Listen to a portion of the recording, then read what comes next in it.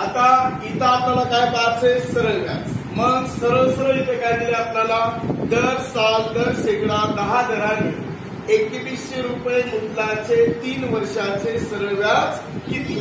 मग तुम्हाला इथं काय दिलाय, दर दिलाय, इथं तुम्हाला मुद्दल दिले, इथं तुम्हाला काय दिलेली आहे, मुद्दत दिली.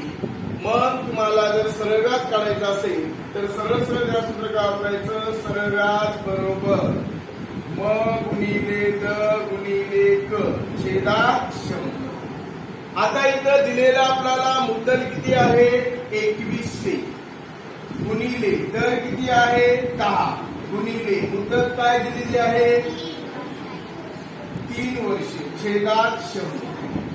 आता हे 2 शून्य कटले, हे 2 शून्य कटले, मग काय उरलं, आता 21 एक 21 किती आलं, 210 गुणिले 3 मग 5, 21 एक 21, 21 त्रिक